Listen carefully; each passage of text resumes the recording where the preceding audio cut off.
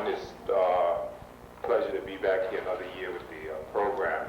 And we're supposed to have another brother coming in, but looks like he's not going to get here. So we're just going to do a little, in the African tradition, the drum is what we call to bring the ancestors amongst us, as well as to set the rhythmic tone of how we're going to proceed. So we're just going to give a little short drum rendition and move into the program.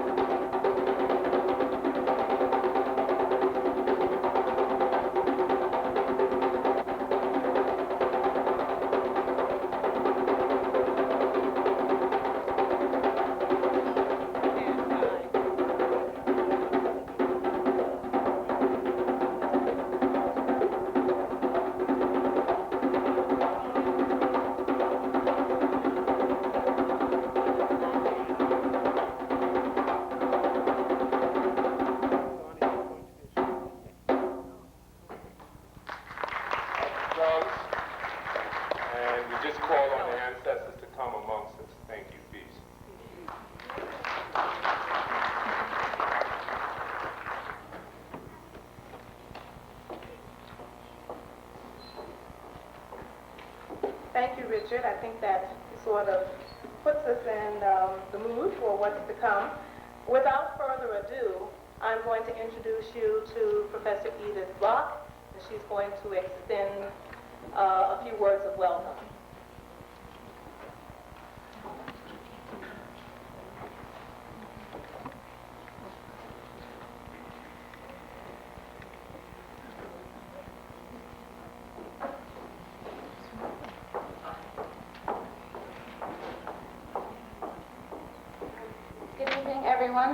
And welcome to the third Melanin Symposium to be held at Medgar Evers College.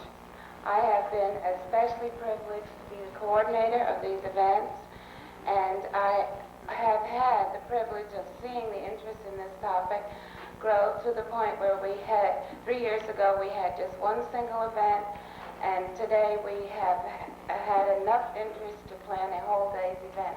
This morning there was a faculty discussion, and then we had a very marvelous children's program this afternoon, and this evening we have a keynote address by Dr. Hunter Adams, who is going to be relating melanin to the neural system of our bodies.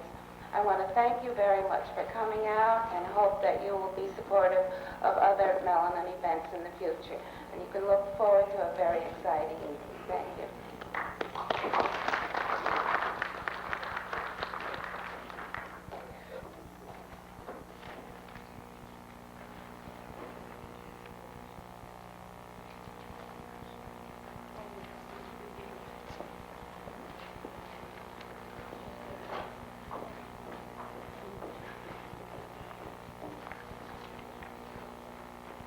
Okay, next on our program, we're supposed to have remarks by Dr. Edison O. Jackson, who is the president of Medgar Evers College. However, apparently he is either not able to be here with us or just has not arrived as of yet. So we're just going to move right along so as not to delay things. I'm going to ask Dr. Sheila Mayers-Johnson to come forward now. She is the director of our newly established, I guess, honors program, and they have joined the Melanin Committee. She has rather joined the Melanin Committee this year, and as a matter of fact is using that particular topic for her beginning sessions or for the beginning or opening of her program. So she's going to come forward now and just give you a little insight into the honors program.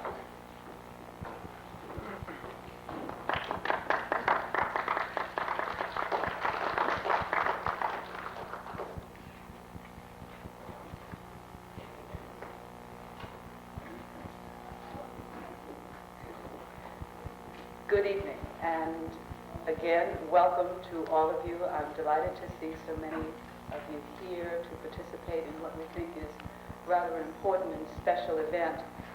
When I was privileged to take on the responsibility of the honors program this summer, I began to review the materials produced by the honors committee that had convened over the previous academic year. And as I reviewed the projected curriculum, among the aspects of the curriculum was a proposed interdisciplinary seminar. And the intent of that interdisciplinary seminar was to provide a structure whereby a particular theme or problem could be addressed from an interdisciplinary perspective, from the perspective of many disciplines in a related or integrated fashion. And the notion was that the theme would change from semester to semester.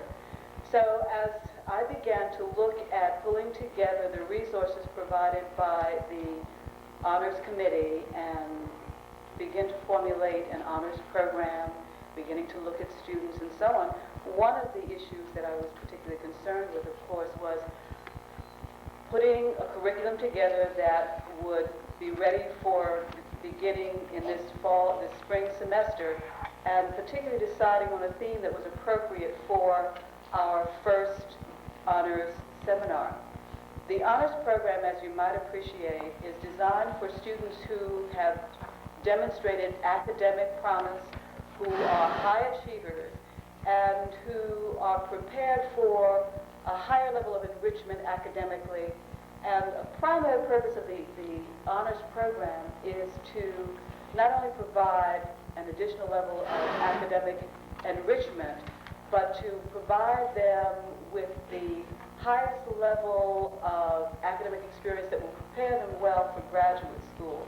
So with that in mind, the entire curriculum was put together. A small group of honors students were screened during this past semester and newly admitted into the honors program for the spring semester. As we thought about, as we examined the possibility of the first interdisciplinary seminar, we tried to get a sense of what would be a valuable point of departure for our first experience. This with a group of highly motivated, high achievers. What would be a good theme to allow an interdisciplinary perspective?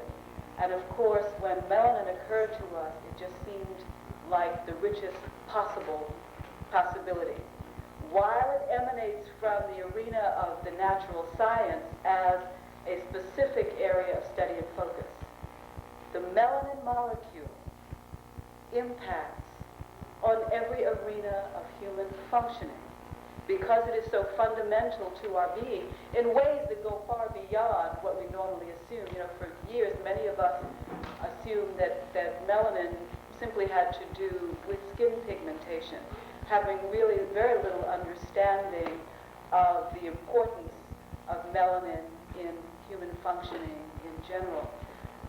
So it seemed very appropriate to target melanin as an important focus for systematic inquiry for our honors population. And as Bob Johnson mentioned earlier today, this may be the one arena that exists wherein students, highly motivated students, are systematically setting about the task of understanding what melanin is about from the broadest possible perspective.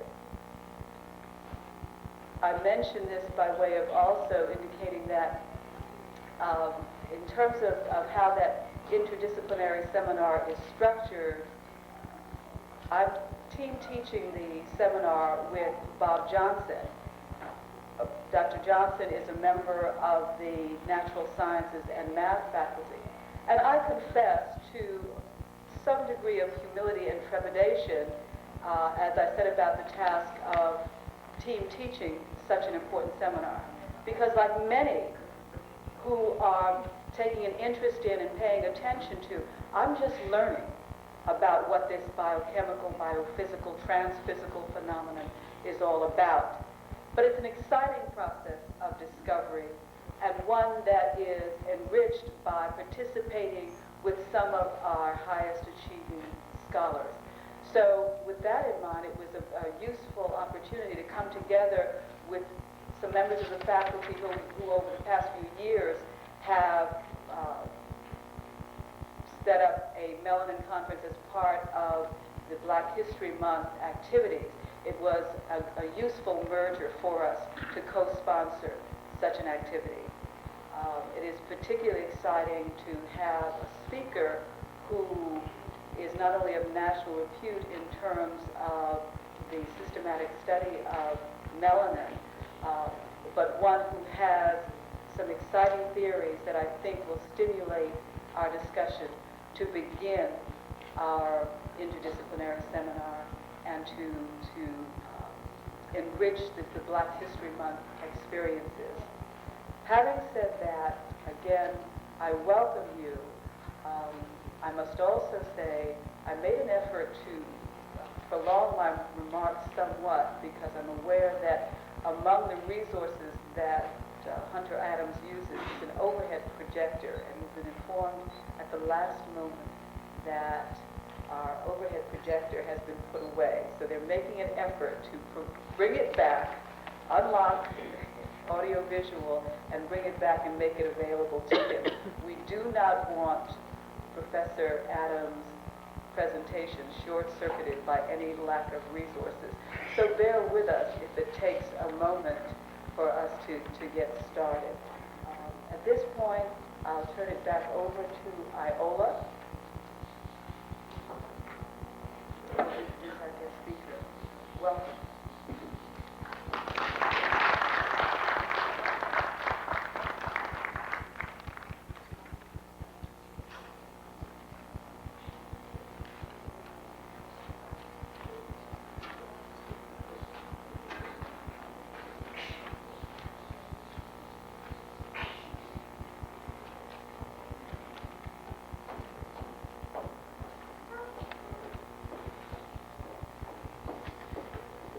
Thank you, Dr. Maris Johnson. I was looking for Dr. Robert Johnson because he's to introduce our keynote speaker this evening, and I thought perhaps he had gone out of the room. Anyway, while they're getting the overhead projector back in, why don't I call up Dr. Johnson to present and to introduce to you our keynote speaker for this evening's program, Dr. Robert Johnson.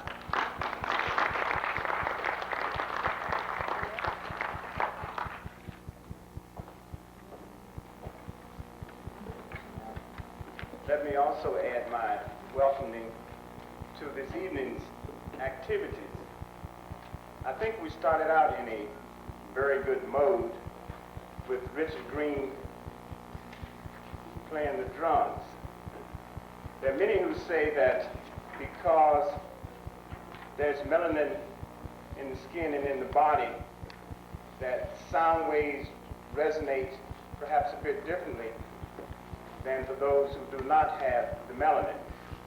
So I suspect that we all felt a special kind of sensation as Richard was doing the drumming.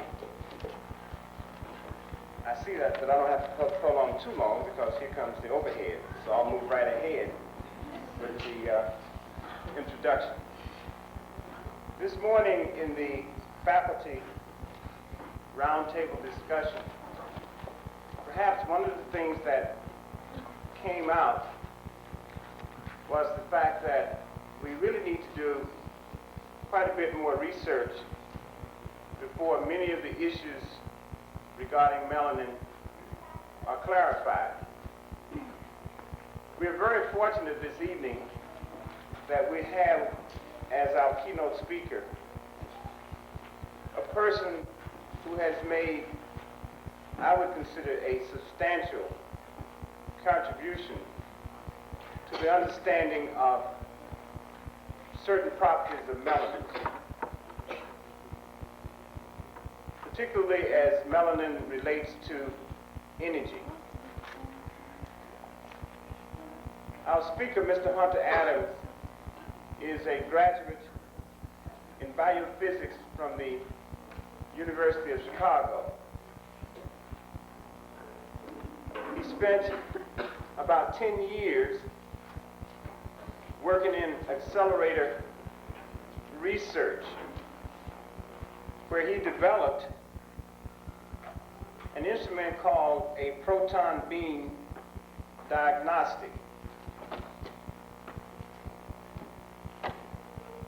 He was also formerly on the staff, the chemistry staff at the University of Chicago. Since 1981, he has been employed with the Argonne National Laboratory. He is doing research, among other things, on biological effects of magnetic fields. He has lectured nationally on biomagnetism, biophysics, cognitive science, neuromelanin, the history and philosophy of science. He has published widely. His articles have appeared in the Journal of African Civilization, Ebony, Encore American, Worldwide News, Blacks in Science, Ancient and Modern. He is a co-founder and associate director of Lightways Science Institute, where he is conducting research in soliton physics, chaos theory, neuroscience, and also developing a multimodal holistic science education program for grades K through 12. He's a member of the National Society of Black Biophysics, American Association for the Advancement of Science, and he's also on the board of Chicago's Field Museum of Natural History. He's a poet, a story consultant, and also a consultant to children's films. Most recently, Secret of the Magic Cloth.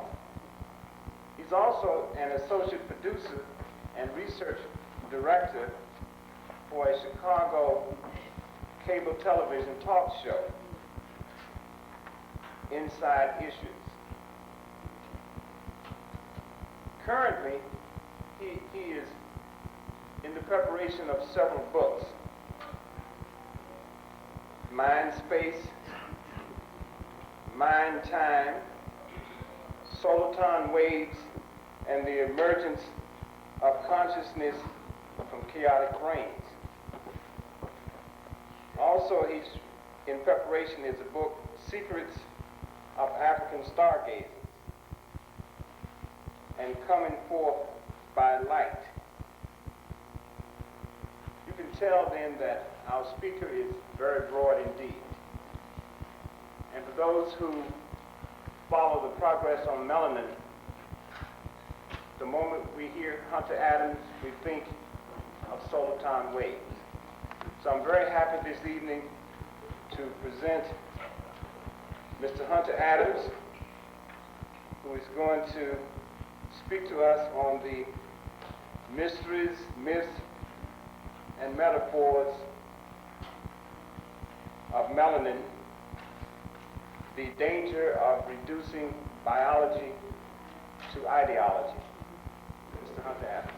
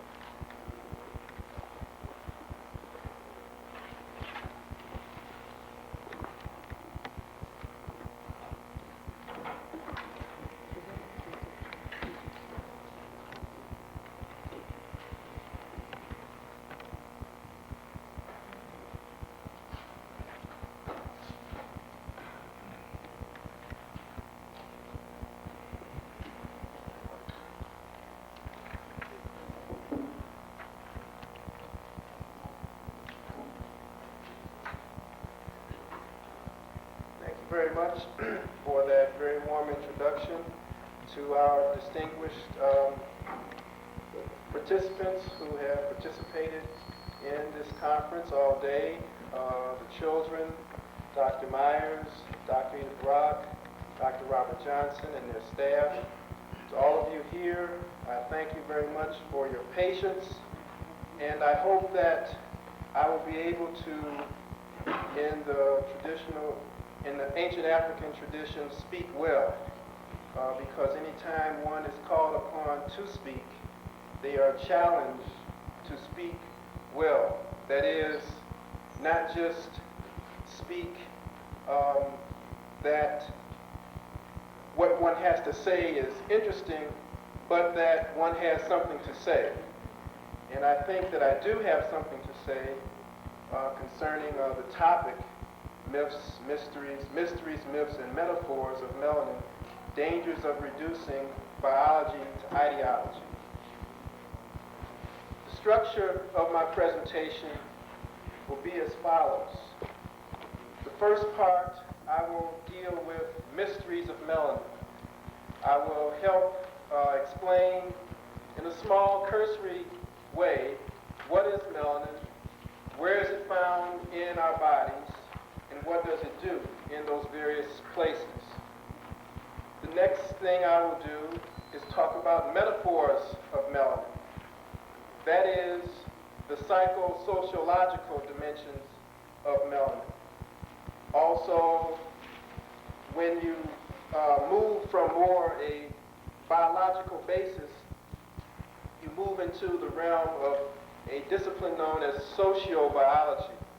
That is where some researchers seek to find the relationship between social behavior and biology. And if you extend that further to base social behavior on biology, you run into a term called biological determinism. That is, one's behavior is determined by biology. Lastly, I will deal with myths of melanin.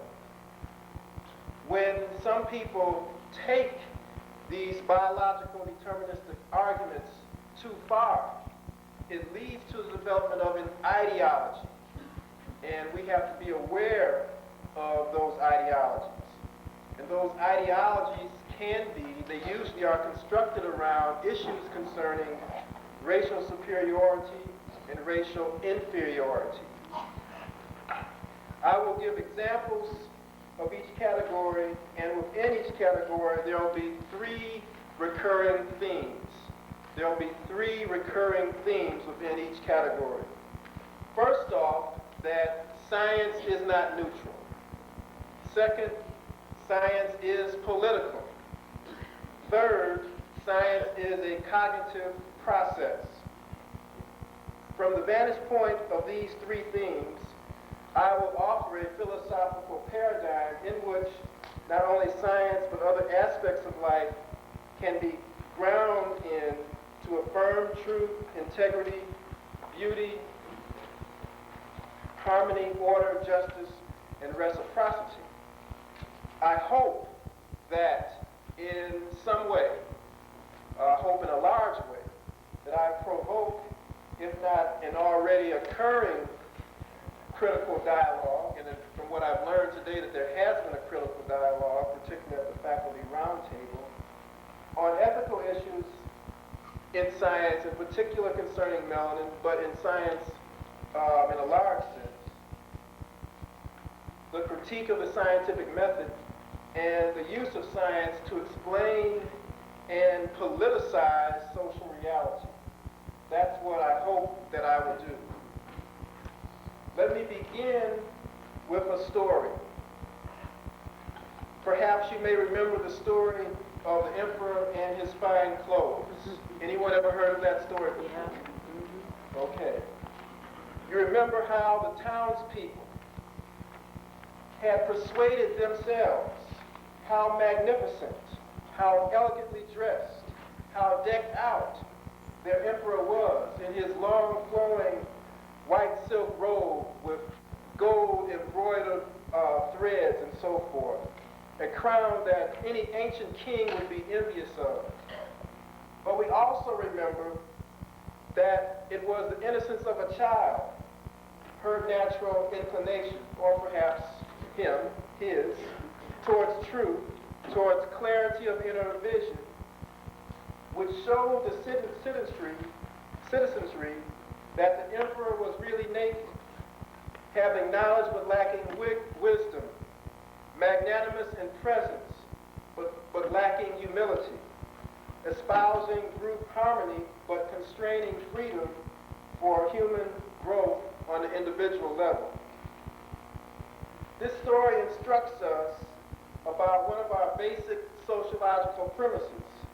That is, quote, reality is subject to contextual and cultural definition. That reality is subject to contextual and cultural definition. That reality exists within a continuum from subjective experience to objective experience, from the abstract to the concrete. And we must remember that. In anything, any pursuit of knowledge that we find ourselves in, we must see that reality is a continuum, not either or, but it is both. So let me raise 3 questions. I'm sure most of you already know the answer, but for the benefit of those whose knowledge of history, philosophy, and sociology of science may be limited, let me ask, what are the dominant beliefs of science? What is the proper way to pursue scientific knowledge? Where did these beliefs come from? And who supports them? We all have been taught from grade school to graduate school that science is objective, that science is value neutral. We find that in the Western idea of science, first off, what does the word science mean itself? How many of us know, and this is not to embarrass anyone, but what does the word science itself mean?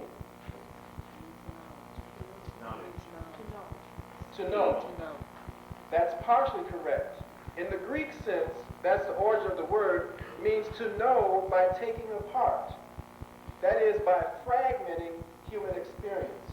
Rather than looking at experience in its totality, from a holistic perspective, but to fragment human experience, to look at individual parts. And it keeps on going ad infinitum. You have a bifurcation of knowledge, a constant branching off. That's what science is. And we look at it today, we see a profusion of new sub-disciplines, sub-sub-disciplines, sub-sub-sub-sub-disciplines in all areas of knowledge, not just the physical and biological sciences, but in the language arts. Because people are trying to find their own niche. And what we find is that most of those people don't talk to one another. That's true. That's true. Anyone who has been through the system, you'll find that in most cases, an English major won't talk to a physicist, for example, because the physicists don't want to listen, because there's nothing that an English major can tell him about physics. There's nothing that a psychologist can tell a mathematician. There's nothing that a philosopher can tell a computer scientist. That's the way knowledge is constructed in the Western world, with science research, science education. That is, there's no connection. People don't talk to one another. That if you do, it's felt that you're an interloper, that you're interloping on someone on my turf. So it gets to be very tribalistic. Really, it does. Very, very tribalistic.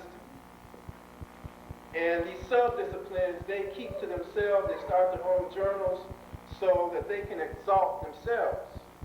Because the way the system is set up, it's very difficult to get published in the mainstream or major journals. So that's why people start these sub-journals, these specialty journals, so that they can get their ideas talk to their audience. So we have the first fundamental aspect of science in terms of how it's communicated. The most important thing, or in many cases the exclusive thing, is the observed or the experiment. And here you get to the methodological dimension of science research. We tell children to do a science experiment, and they set it up. And the whole focus is on the experiment. But there's also a person. There's a person that's doing the experiment. There's a person that's doing the observation. There's a person that has to think about what it is that they discovered or observed. And that person has certain values, certain assumptions. But let me come back up to that observed before I move on. I think there's a few more things I want to say about that are very important. And that is that the idea that science is value neutral, because science deals with what? Data. Deals with empirical, verifiable data. And from data, you generate facts. And then from facts, you have information. That is, data that's meaningful. And from that information, you have knowledge.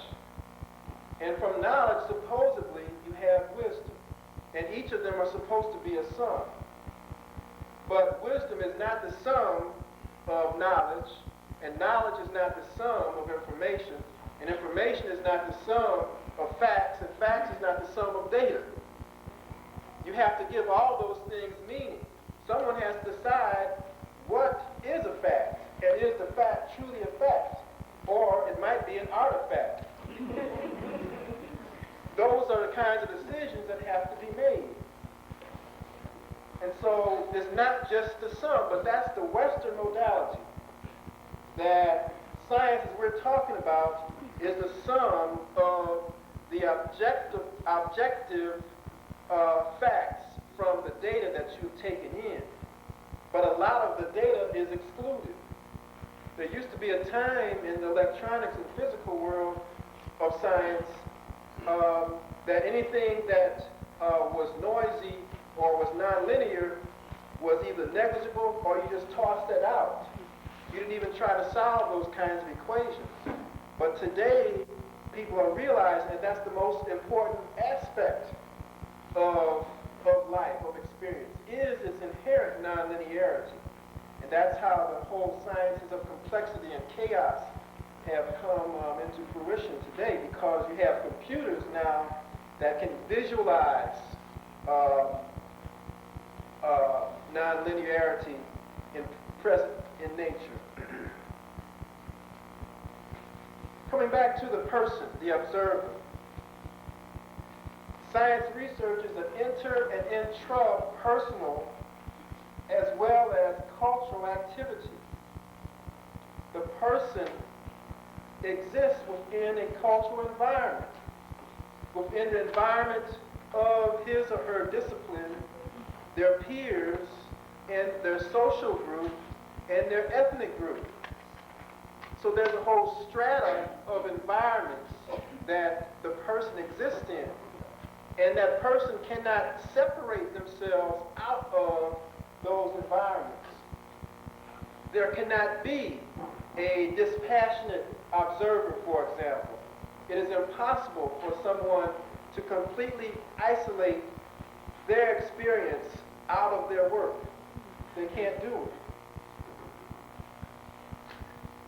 Thus, epistemological, ontological, and methodological assumptions and techniques may constrain, confuse, or construct falsely the researcher's vision and produce questionable results. That's what happens time and time and time again. I'm going to share with you some examples of that.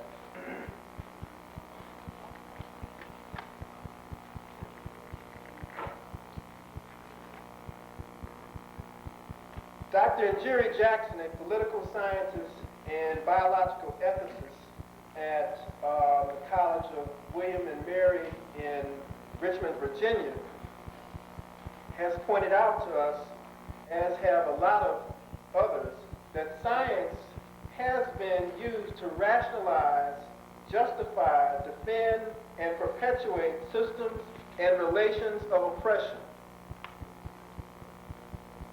Science has been used to rationalize, justify, defend, and perpetuate systems and relations of oppression. So there is a political dimension to science, and we have to be cognizant of that at all times. We cannot pursue. Someone asked, right now there's a crisis in the workforce, that there's a shortage of scientists and engineers. And so now there's the interest in having racial minorities in this country pursue careers, pursue degrees in college in various fields of science and engineering.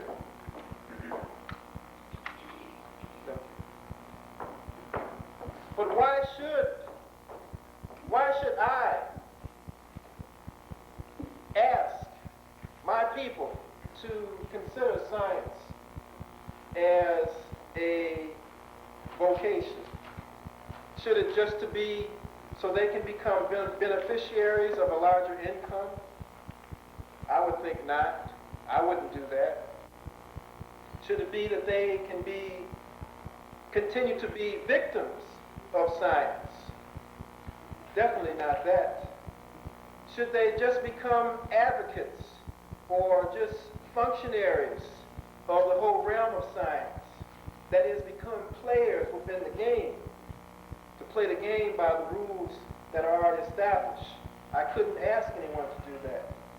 The last choice would be, should they be creative agents for transformation, for change, to bring justice and order and harmony within the fields that they may choose?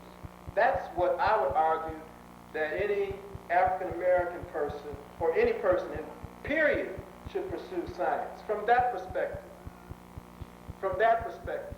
Not any of the above, but to transform the experience that we have from an oppressive one, from a life devaluing one, from a life degrading one, from a life destroying one, to a life affirming one, to a life enhancing one, to a life enlivening one.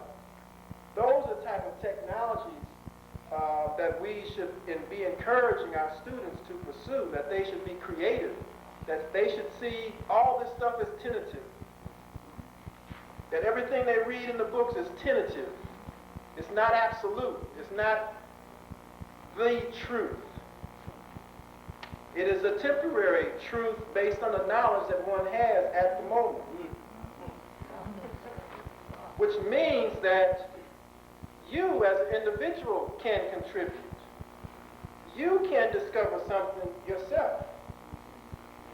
And if you do, it has to be within a value context that, as I said, affirms life, that affirms beauty, that affirms joy, that affirms happiness.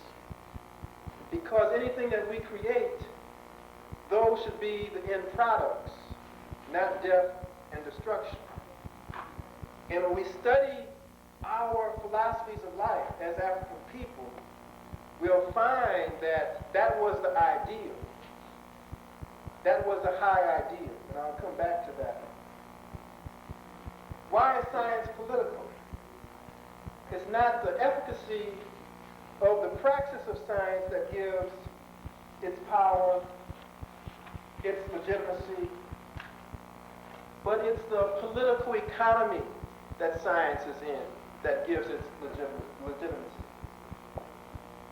That's what gives its legitimacy, is the entire power structure, not just because some truths are found out about nature, about human life. Now, what does this mean? When we look at the people who have been the critics of science, they have tended to be on the left. Many of them have been Marxists.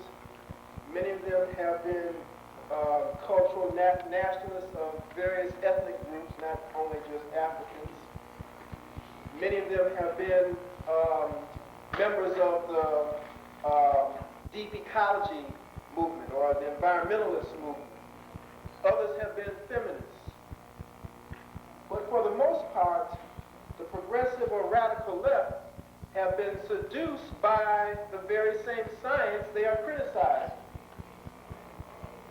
The progressive and radical left have been seduced by the very same science that they are criticizing. Why?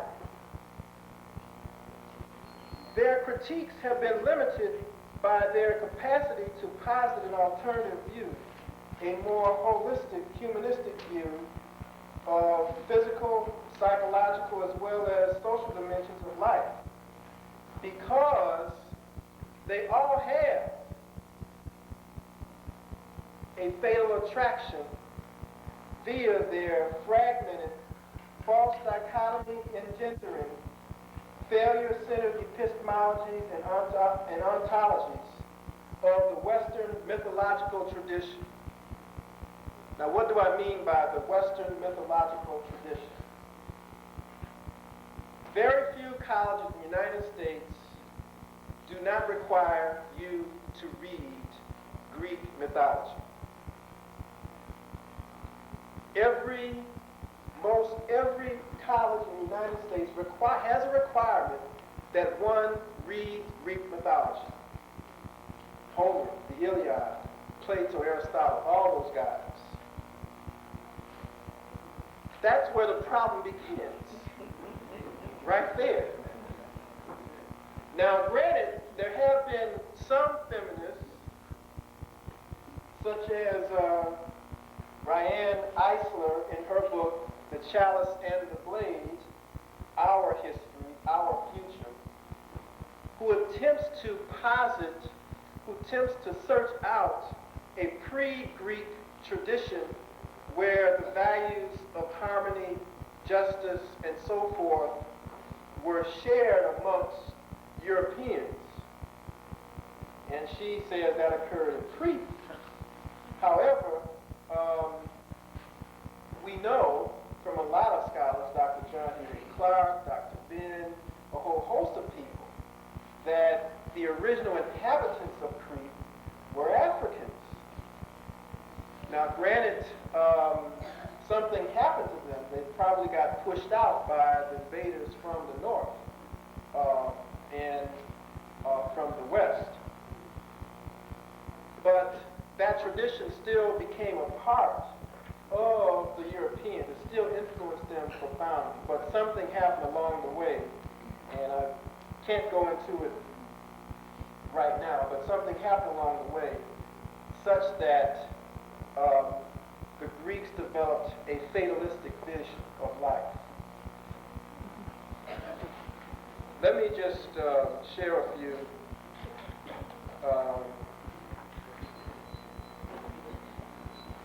one aspect of that.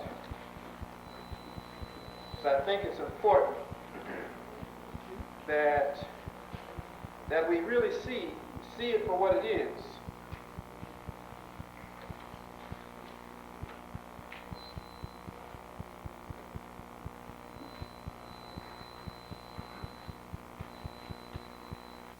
In an article, and I'm going to talk about this a little later, comparing ideas in Egyptian and Greek thought. Many of you may be aware of the idea or the concept called ma'at. How many of you have heard of the concept ma'at? Okay, most of you have. Okay, it's a very profound principle. When you really get into it, I think you can see that it can be a paradigm that can truly empower us today.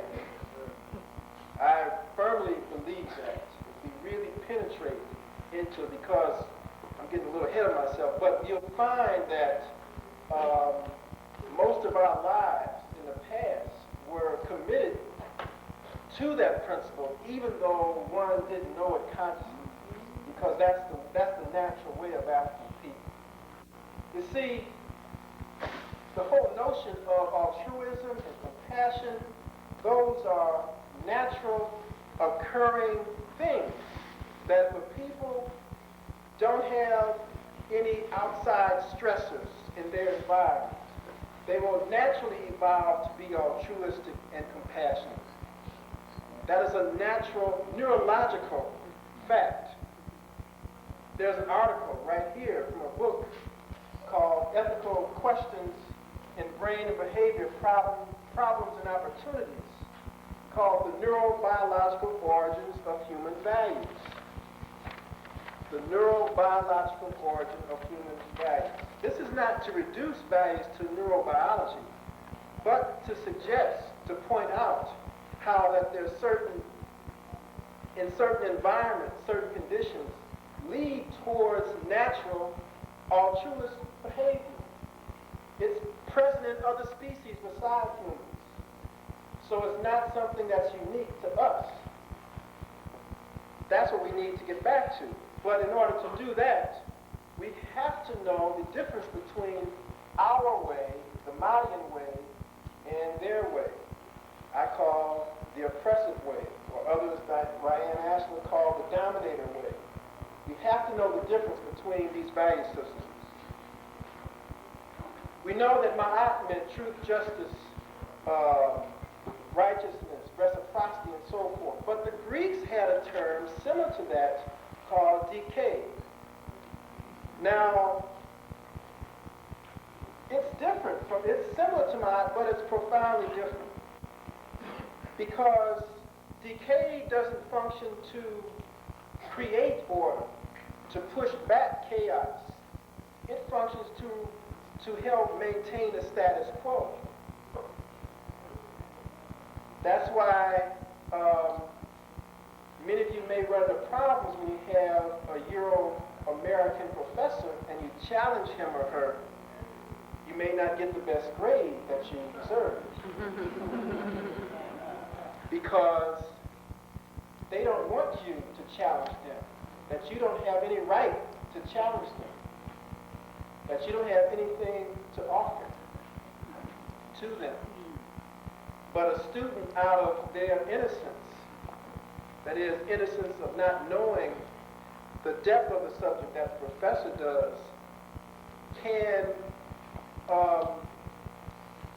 give that person a very challenging question that will cause that person to really think about what it is that they're asking, to think about an answer. So, and it also says that in this article that decay functions solely to maintain an established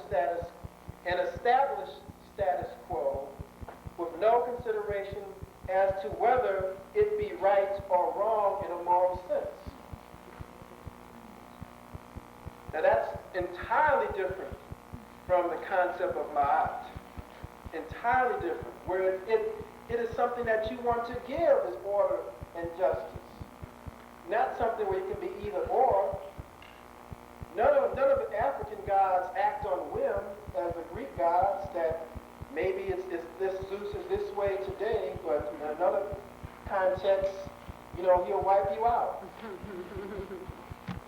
Even when you look at the struggles of gods, like Legba, who represents disorder, or the entity that challenges, or Set in Egyptian theology. Disorder doesn't triumph. Eventually there has to be a balance, because that's what our philosophies of life always moved us towards, balance, not either or, but both and.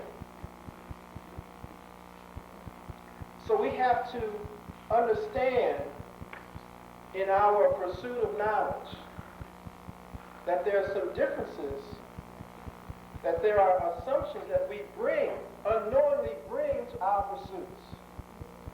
And these assumptions can be so powerful that they have us acting in certain ways, responding in certain ways that we don't even know why we're doing it. They have so much power over us.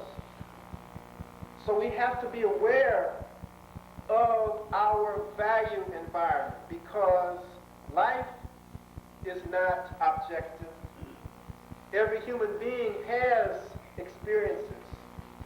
And those experiences, those assumptions, he or she brings them to their research, to their science, to their poetry, to their music, or what have you. So we have to be aware of that.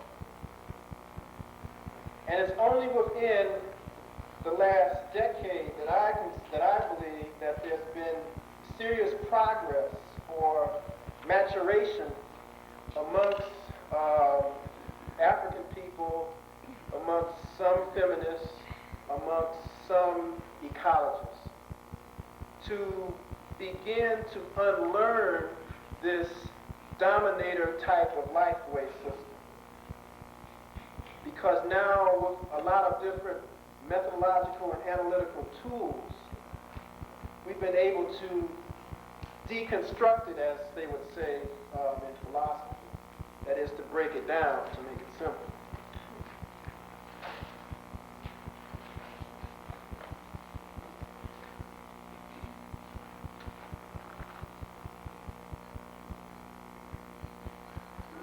So, I had to give you all of that before I could talk about melanin. Because see, I can't talk about melanin without establishing a context first. And I think anything we do, we have to establish the context. We have to have an operational foundation in order to move on. And so I hope that as we move along, you'll see the value of doing that, of me doing that.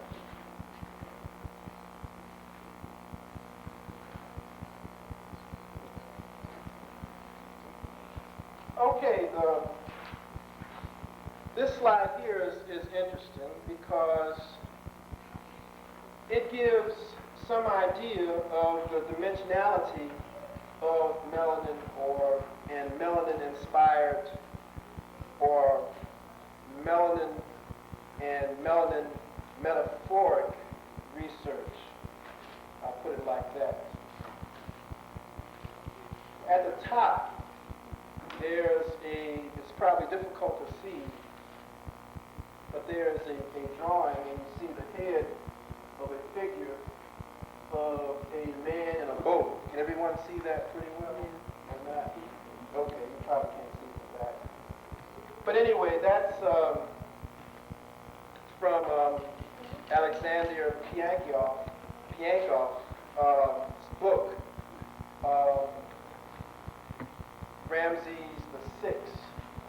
And there's a whole lot of drawings taken from Ramses VI's tomb, and this is one of them. And this pictures Re, or the creative principle, personified.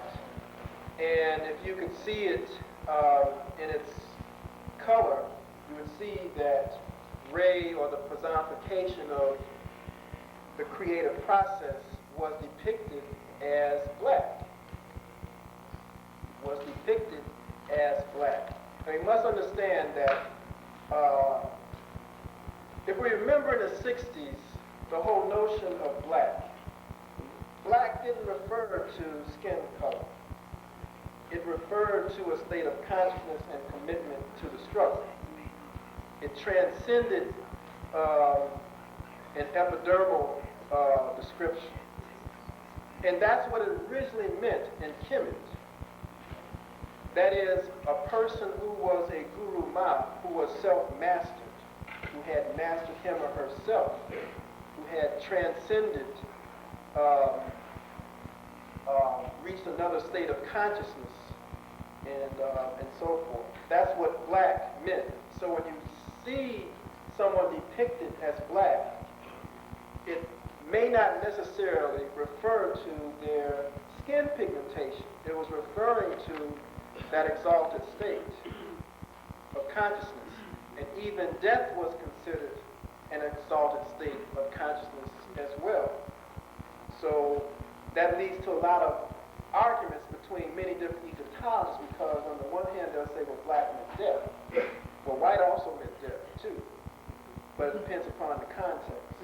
Then of course we see the brain there, and that's only to suggest that melanin is throughout our nervous system, but concentrated in the back in our brain stem in a number of different locations. And then we have the molecule itself right here, or a representation of it, but melanin itself is very amorphous, that it changes depending upon the molecular context that it's in, what metals may be part of its structure, and so forth. In the center, we see Osir as the perfect black. That's signifying that, as I said earlier, that the person had reached that exalted state of consciousness, or the great mystery of Aset, or Isis, because she was the one who had to initiate the brother into that exalted state of consciousness. So when you see in Egyptian drawings, for example, you'll see the sky or space represented by a woman, and you see a man representing the earth. Why is that inverted? Because we're accustomed to thinking of the earth as Mother Earth, the Gaia hypothesis that a lot of ecologists are promoting. For the Kamites, it was different. Why? Because space is awesome, and that everyone comes from the darkness of inner space, the inner space of the woman. So therefore, they depicted space or air as a woman to make a correlation between the cosmic womb and the human womb. That's the significance of that. This is a melanocyte here, and it looks a lot like a neuron, a nerve cell. Here, this is talking about different functions of a hormone called melanocyte stimulating hormone, or MSH, melanocyte stimulating hormone. That is a hormone that stimulates melanocytes that are these, which are present in our skin, in our inner ear, in our retina, and in other places as well, to produce more melanin, melanocyte stimulating hormone. And it talks about all its many different functions that have been discovered over the past 15 or 20 years. From increasing attention span, for example. Some patients have been given, who have attention deficit disorders, have been given MSH, alpha MSH, that's alpha, beta, gamma, there's different types of melanocyte stimulating hormone, and their attention to detail has increased, for example. This is something that is documented. This is one of the mysteries of melanin, not a metaphor of melanin, not a myth of melanin. You have to make these kinds of distinctions. So MSH has a lot of functions. There's other melanin related hormones, melanin concentrating hormones, hormone that concentrates melanin within the melanocytes. You have melanocyte inhibiting hormone, or a hormone that works in the opposite, that inhibits the production of melanin in the melanocytes. And there's a whole host of them. And they're related to a lot of other hormones. Serotonin and melatonin, for example, which are secreted by the pineal gland. Melatonin is significant because melatonin reaches its peak in concentration around 3 or 4 a.m. And it has a relationship with the dream state, for example, that it sets up certain other, it helps to set up certain other physiological, neurophysiological processes that facilitate your brainstem generating dreams. That is, so your brainstem, where you have this highly dense sets of pigmented neurons, one group known as substantia nigra, that is substantial black, that it is black. I mean, if you look at it, if you look at a slice, you see that it's black. And you find that other parts of our brains do have colors to them as well. The locus coeruleus is blue-black, for example. Okay, so these are mysteries of melanin. And I say mystery because none of this is fully understood. None of this is fully understood. So that means if someone wants to pursue it, that who knows, you may discover something very significant. And towards the conclusion, I'll offer some tracks for those serious-minded students and others to pursue. And here just showing the breakdown, peptide breakdown, amino acid breakdown of MSH, alpha MSH, beta MSH, and another one. Here, this is taken from the Shrine of Tutankhamun, and we notice that a star is shooting some light towards the forehead of that mummy-formed figure standing up there. And also you see a serpent doing the same thing. That speaks to the Africans of the Nile Valley understanding of the pineal gland and its relationship to other states of consciousness. And there's lots and lots of textual evidence to support that. There's evidence within the Book of the Coming Forth by Day, for example. There's evidence from a papyrus misnamed Edwin C. Smith papyrus, which talks about the neurological knowledge of our ancestors in the Nile Valley. They had named mostly every major part of the brain that they had discovered, that the localization of function, that the left side of the brain controls to a large degree the right side of the body, and vice versa.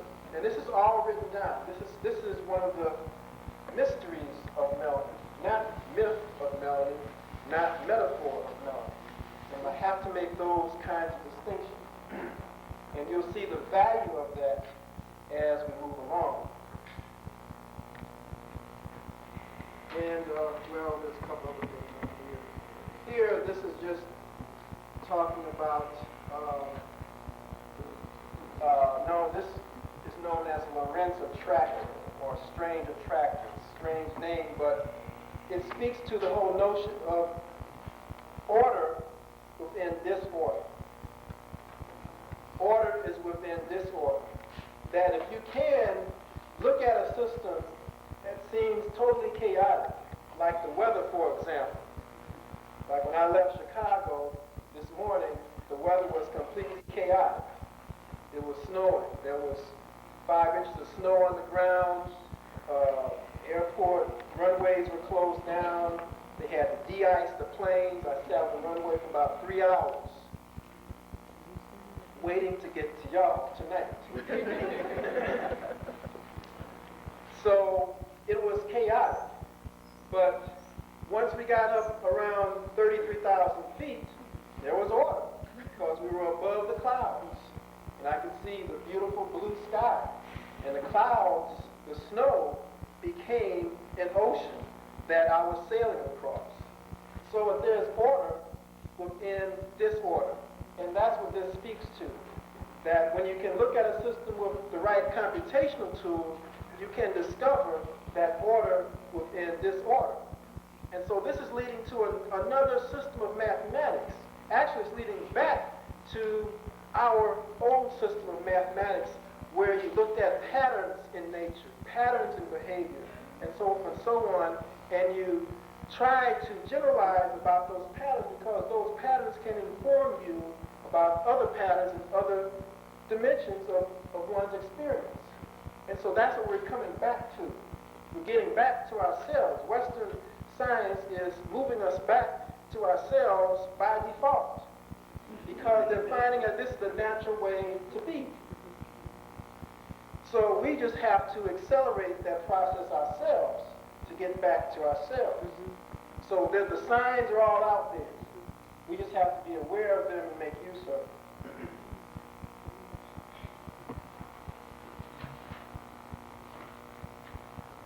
We just be a little bit more specific. Special properties of melanin. I'm going to run through these quite quickly. Occurs as granules in melanosomes or organelles. It's amorphous, a two-section polymer, converts energy from photons to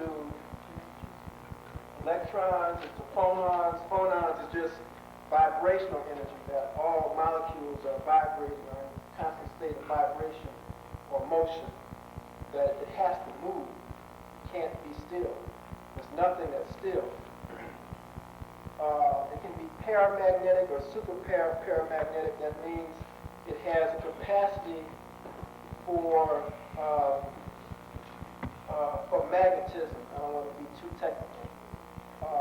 It absorbs ultrasound at very high frequencies.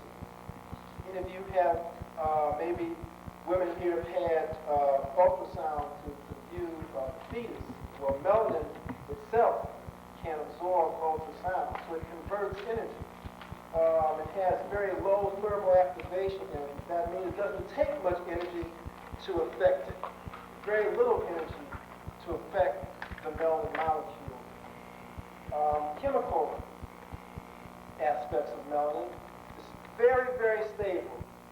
It's almost impossible to know the structure of melanin without destroying it in the process because it's extraordinarily stable. And that to me sort of is a metaphor that I talk about the soliton state as something that's being very, very stable, that maintains its form in many different situations.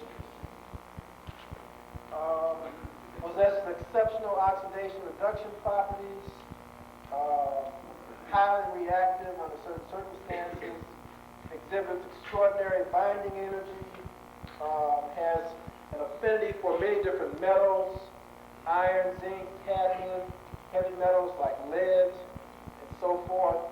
And that's led to a number of hypotheses of why black people are more affected by lead poisoning and paints in the air from car emissions than Europeans, because the melanin in our bodies has an affinity for these metals, and therefore it stays in our bodies longer, thus contributing to causing problems. And there's some evidence to that effect. But it's something that needs a lot more work done on. A lot of these things, you know, one person did a study a few years ago and nobody has followed up on it. And so these are things that we should be pursuing. So it can even protect cells even after partial destruction. That even when you break it apart, it still can protect cells. And the last part here just talks about its optical spectrum is nearly constant, that it absorbs light almost evenly from ultraviolet almost to infrared. And it can exhibit ultra-weak chemical or photo-induced chemical luminescence. That simply means that it can sort of glow. Light can be measured coming from it, okay, because it acts as a photon trap.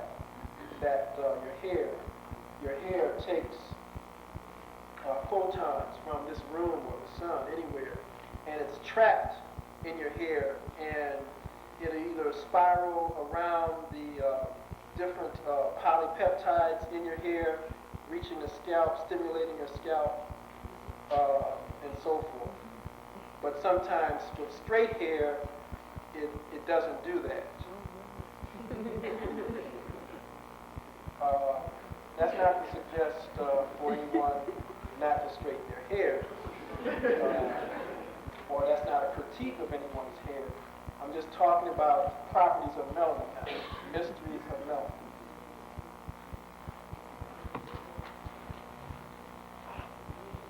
Some of the most important aspects of melanin has to do with melanin in the nervous system back here. And it does a number of things, affects the firing frequency of neurons, stores energy depending upon the certain environment where those neuromelanin nerve cells are at. And it's also involved in extrapyramidal muscular activity. That is, we have nerve cells called pyramidal cells, which sort of look like little pyramids, the way their morphology is. And most of them are concerned with muscle activity. And so neuromelanin interacts with those nerve cells.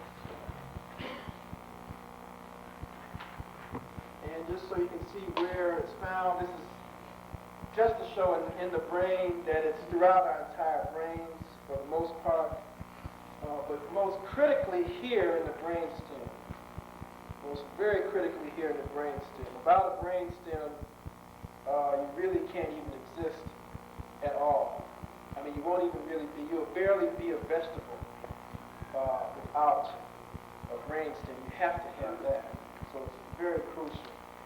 I mean, there's documented evidence of persons that only have a brainstem and their entire skull is just filled with polypeptides, neuropeptides, and they are conscious, functioning persons. So it's still possible to be a person, that is, have cognizance of yourself with no cerebral hemispheres at all, with no motor cortex at all, with no cerebrum at all. Now, that's fantastic. But that speaks to the significance, the importance of the brainstem. So that's something that people need to look more into, particularly the reticular activating system, and so forth. So there's not a lot of work being done in that area. So that's an area for folks to pursue. Just so you can see that the exogenesis of neuromelanin, that is, its developmental cycle, where it starts, where it develops.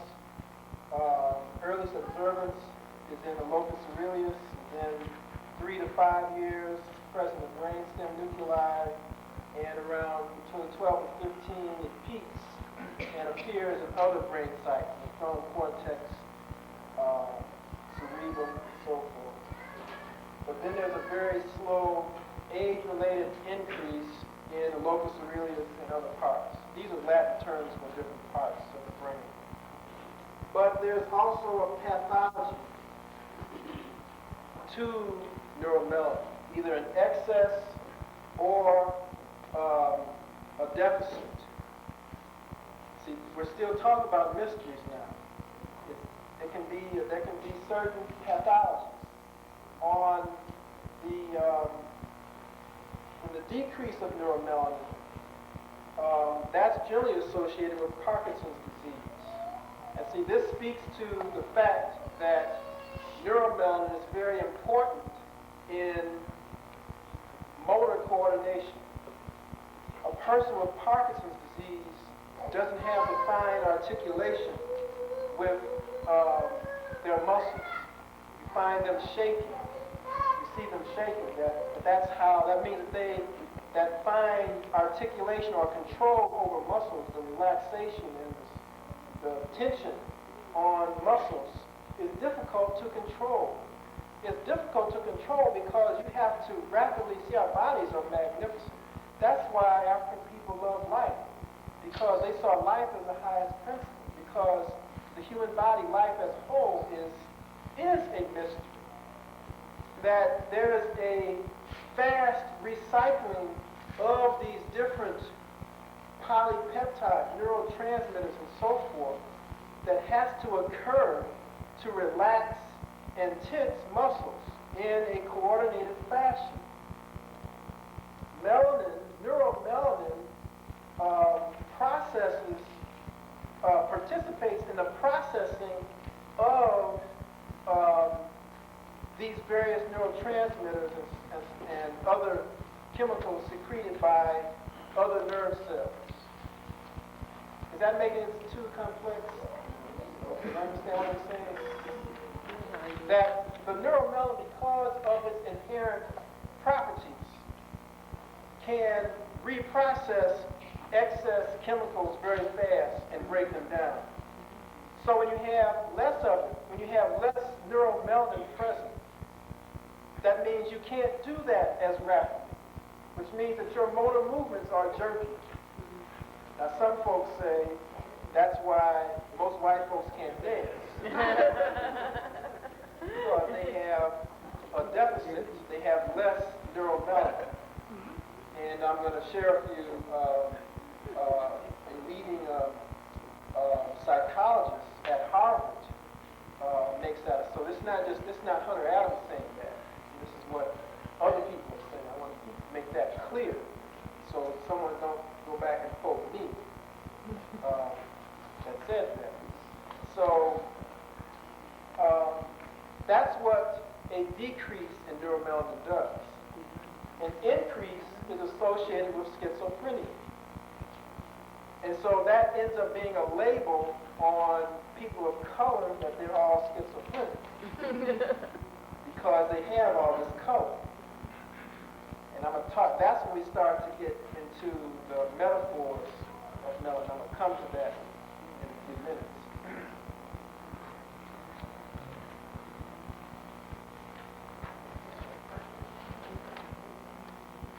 Why did I break everything down into mysteries, myths, and metaphors of melanin? Because our lives are very complex, that we have to be wary when someone tries to reduce the totality of human experience, of the human person, down to any one single thing.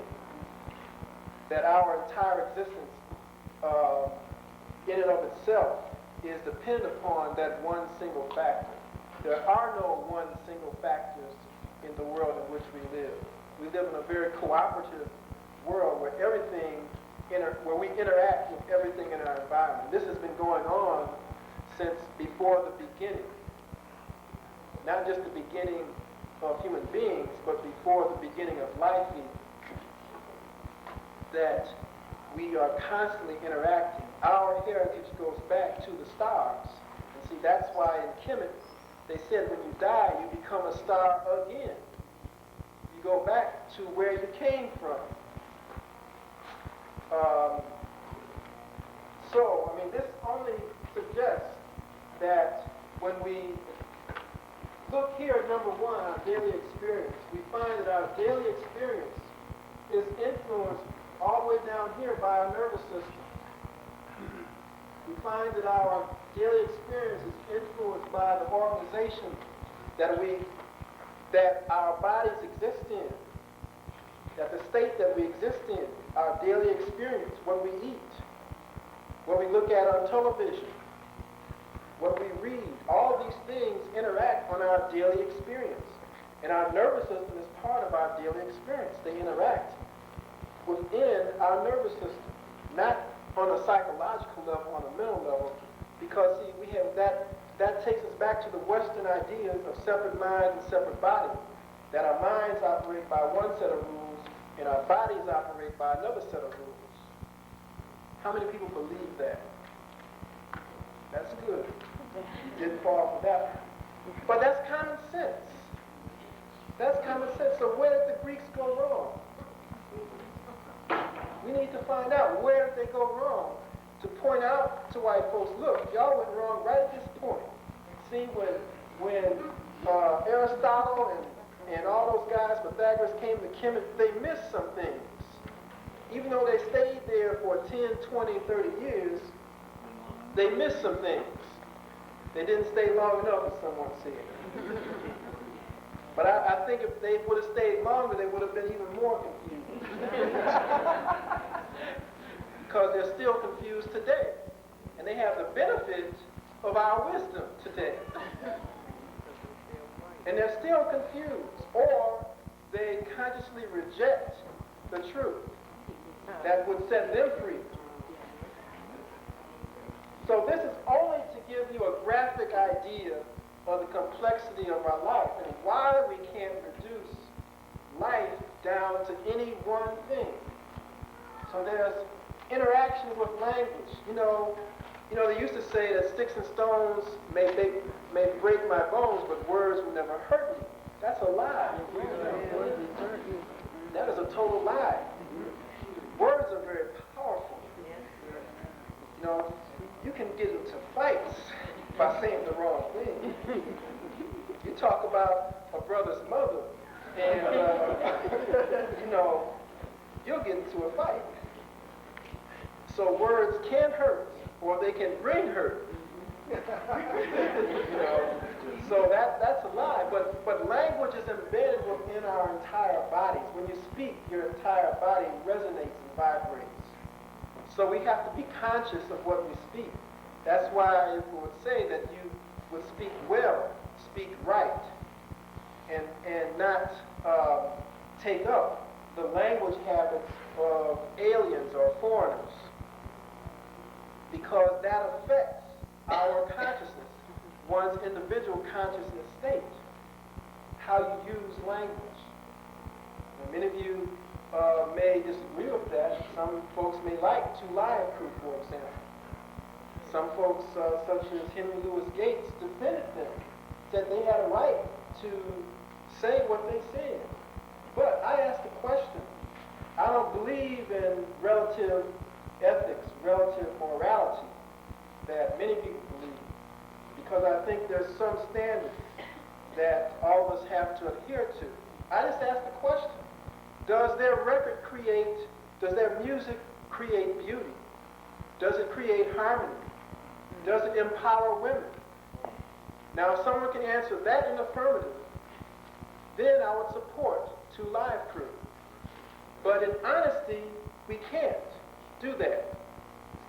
So language is very important. Language is something that influences behavior for generations to come, because people pick up the language patterns.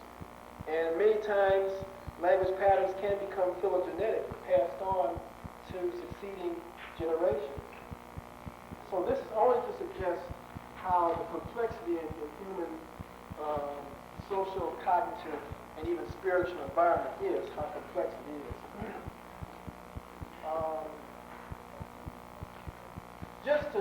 I'll share this with you.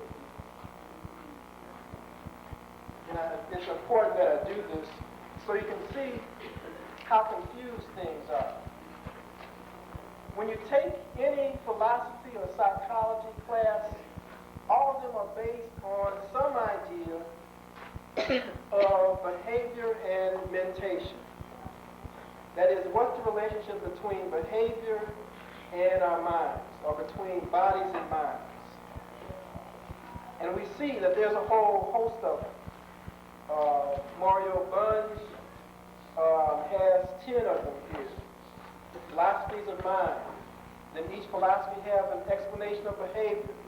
Then each philosophy of mind has an explanation of how you think, of mentation.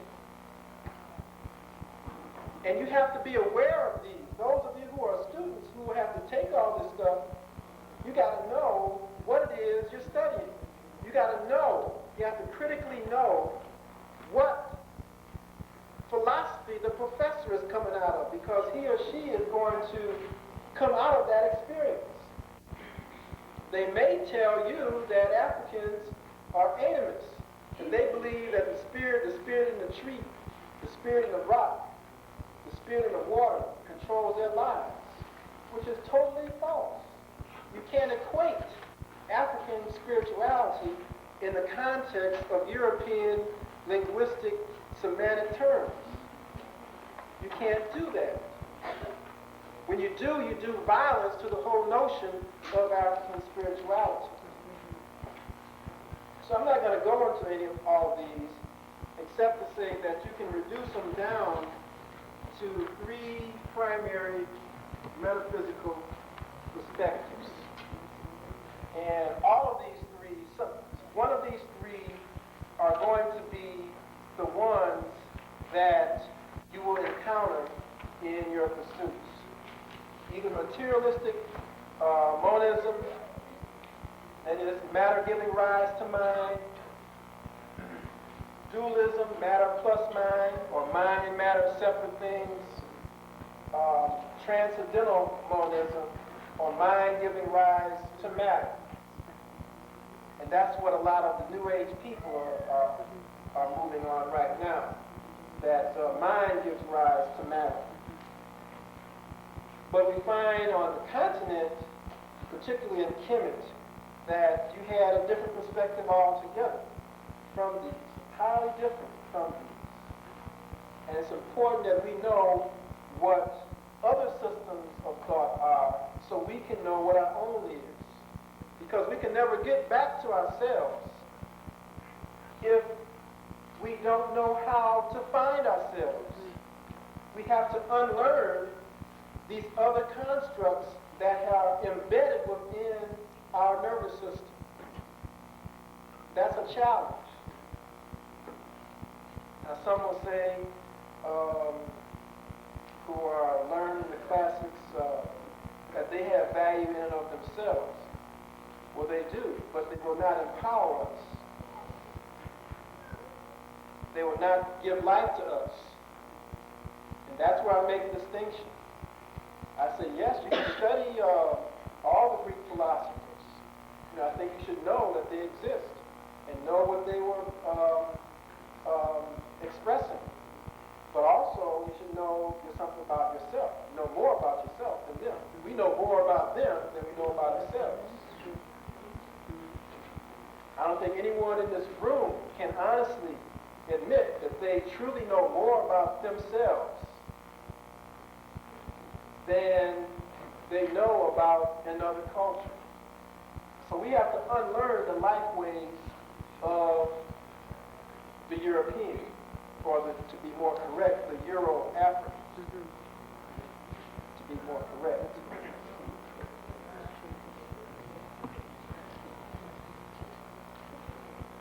Well, we can talk about, just quickly, one thing we have to deal with is language.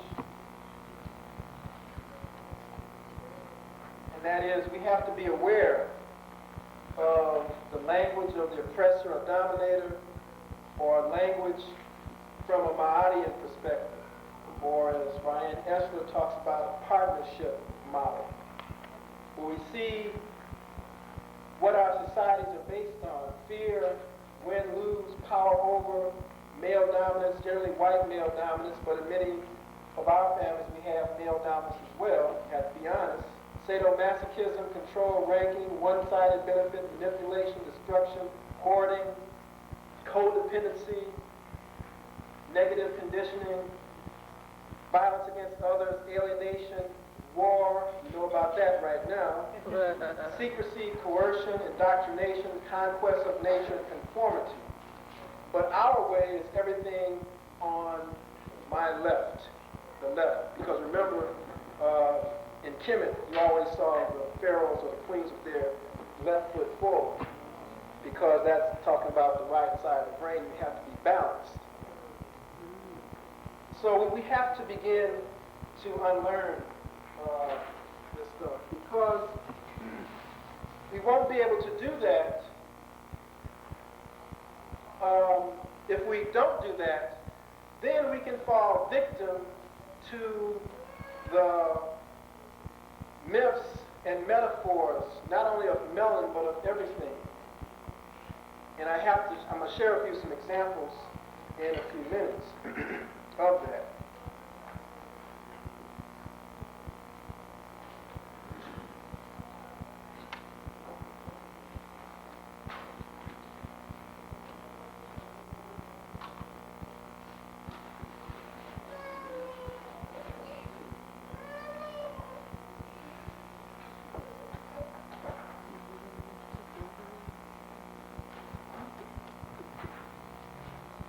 Some would suggest that we keep politics out of education, out of all our experience.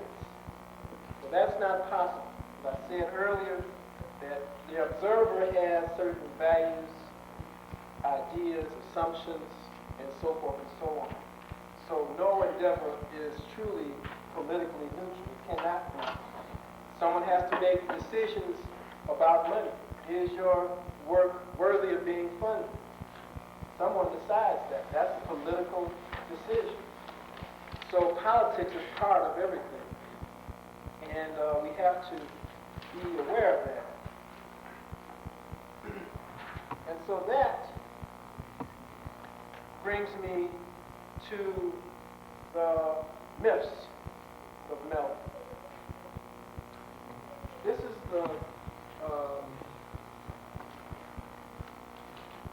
some recent articles that appeared in some journals recently. Skin color and blood pressure, genetics or environment. Skin color and blood pressure, genetics or environment. This was an article that appeared in the Journal of the American Medical Association, February 6, 1991. The article itself, this was an editorial, it says right there, of the article. The Association of Skin Color with Blood Pressure in U.S. Blacks with Low Socioeconomic Status. The Association with Skin Color with Blood Pressure in U.S. Blacks with Low Socioeconomic Status. Here's the article, here, a copy of it. New York Times did a short article last Wednesday of last week, hypertension among blacks tied to bias, poverty, and diet. Now, this is very interesting because that's the last paragraph of this paper that talks about hypertension is tied to bias, poverty, and diet. The whole paper posits the idea that hypertension is directly related to skin color. Hypertension is directly related to skin color. That is, the darker you are, the more West African genes you have, therefore the more susceptible you are to having hypertension, exclusive of environment, socioeconomic status, and so forth. And the lighter you are, that means that you have more European genes in your bodies, therefore they have less hypertension, so you do as well.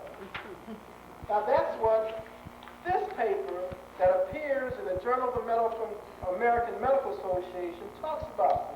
Well-respected medical journal. That's what they're talking about. Now, there's a number of problems with this paper. And we have to be able to critically read this research. If we want to pursue melanin research, then we have to be able to critically read and analyze the work that's out here. We can't just get on the bandwagon of something that sounds good. Now, there's a lot of problems with this. First off, there's methodological flaws. The person took 457 samples from 3 locations, Savannah, Georgia, Hagerstown, Maryland, and Pueblo, Colorado. So this sample wasn't geodemographically diverse. That's one of the first flaws. It was just those 3 places. Not so much the number, but the 3 places. Skin color only. He didn't talk about eye color.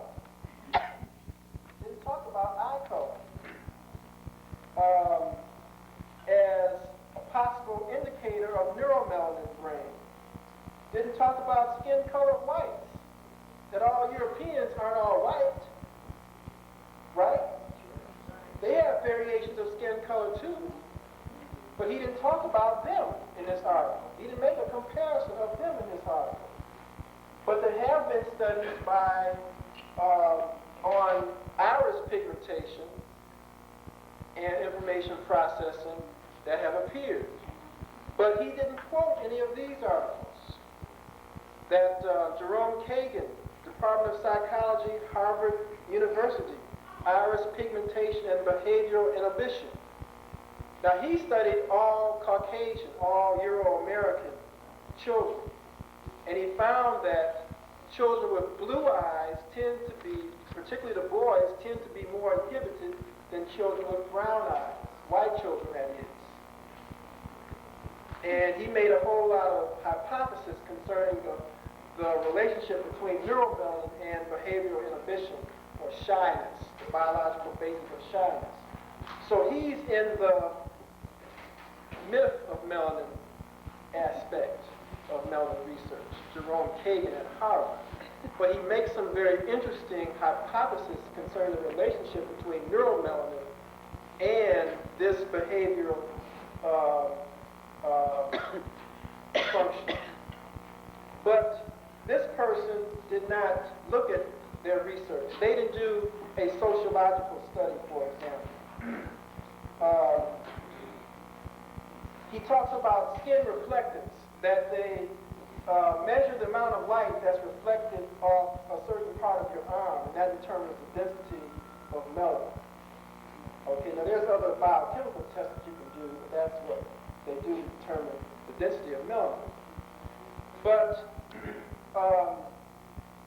he doesn't give a chart to show what the spread was of his sample. He just says that dark African Americans are more subject to hypertension than light-skinned African Americans. Just a caveat. I said so, so it is what it is. And we'll find a lot of that in science research. There's no gender breakdown. That's another problem. He doesn't talk about the fact that melanin density in the skin varies with season. In the wintertime, we are lighter than we are in the summer because of the angle of the sunlight. Doesn't stimulate melanocytes to produce more melanin. So when did he do this study? Did he do it all at the same time of the year or in different parts of the year? That's another problem. Finally, well, not quite yet, the notion of faulty genes from West Africa. I mean, that's what he says, faulty genes from West Africa. But that has a lot of assumptions, doesn't it? When you say genes from West Africa, all African Americans came from West Africa. But that's not true. That's not true. Africans were brought here from the east coast of Africa as well. That's documented. Africans came from the Congo, from Central Africa, but granted it was a smaller number, but there were some. He talks about the admixture between Africans and Europeans, but he doesn't talk about the whole idea that African people on the continent with no miscegenation come in all shades and hues. So just because one has light skin does not mean you have some European ancestry. That's not devaluing anyone who has that. Many of us do. But it's just to say that Africans inherently, by us being the first people, come in all shades and hues. Naturally. He doesn't talk about that there was relationships between Africans and Indians, for example, here. But he doesn't talk about that in this paper. He doesn't quote any, he doesn't give you any idea that that happened. And the whole notion that good genes come from Anglos. So, But when we start to break this stuff down, we find that it is psychosocial stress, for the most part, of living in an apartheid racist society that's the cause of hypertension. You know, that's the bottom line. It's not skin color. And that's what this editorial is speaking to. And it was a guy from Howard who wrote the editorial, by the way. And so he talks about the whole notion of that he discounted this notion of a Detroit study of something called the John Henry syndrome. Y'all remember John Henry? The folk tale, and maybe he was a real person, that John Henry was a steel driving man. He laid tracks faster than the machine could, but then he died of a heart attack because that was a stressful job. He was under tremendous stress to prove himself. And so many Africans in America are under that kind of stress to prove themselves in society that they can compete with Europeans. And so he quotes one study that talks about the John Henryism syndrome. But he doesn't talk about a study by a guy by the name of Anderson, which I have here, which talks about stress-induced cardiovascular reactivity and hypertension. He doesn't even quote that study. So the guy didn't do his homework. But his paper gets legitimacy by appearing in the Journal of the American Medical Association. And so what does that lead to? It leads to people like currently today, the whole rebirth of the eugenics movement, Philippe Rushton, and we'll come to him in a minute, psychology professor at Western Ontario University in Canada, Levin over there at City College, Sarek at UC Berkeley, following in the footsteps of Arthur Jensen, to posit notions of eugenics. That's when we start to get into the metaphors of melanin. That's where people will start to equate based on some ludicrous notions. Now this is from the Annals of Eugenics. They changed the name in 1954 to make it more palatable, called the Annals of Human Genetics. But it still is the same thing.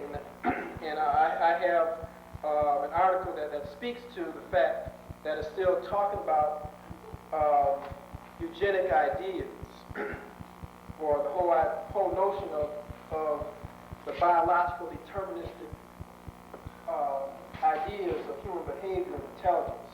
Now this was an article in this very same issue, volume 1, that talks about new ideas about mind and body. And look what they said. This is the editor of the journal. Says intelligence is related to size of head. Right. The length of head breadth, auricular height. And it says right up here, very dull, slow intelligent, quick intelligence. Now what do those terms mean? What do those terms mean? But we still see the same kinds of ideas in data in articles today in 1991. This stuff hasn't changed. And we're talking about metaphors of melanin here. Now the guy in this journal was trying to proclaim it being neutral, but the very first article talks about, let me find it here, talks about Jews. The very first article, and this is a British magazine too.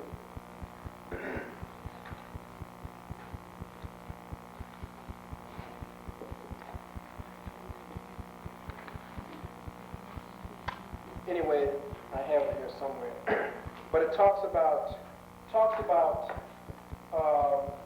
the intelligence of Polish and Russian Jews, that we don't want them to immigrate into England because they're not very intelligent.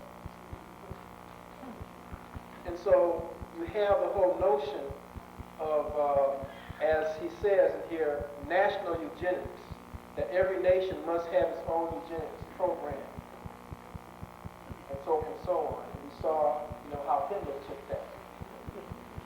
So we must be wary anytime we see, quote, scholarly research that reduces human experience down to one variable. In this case, we're talking about melanin. So we have to be wary anytime we see research like that.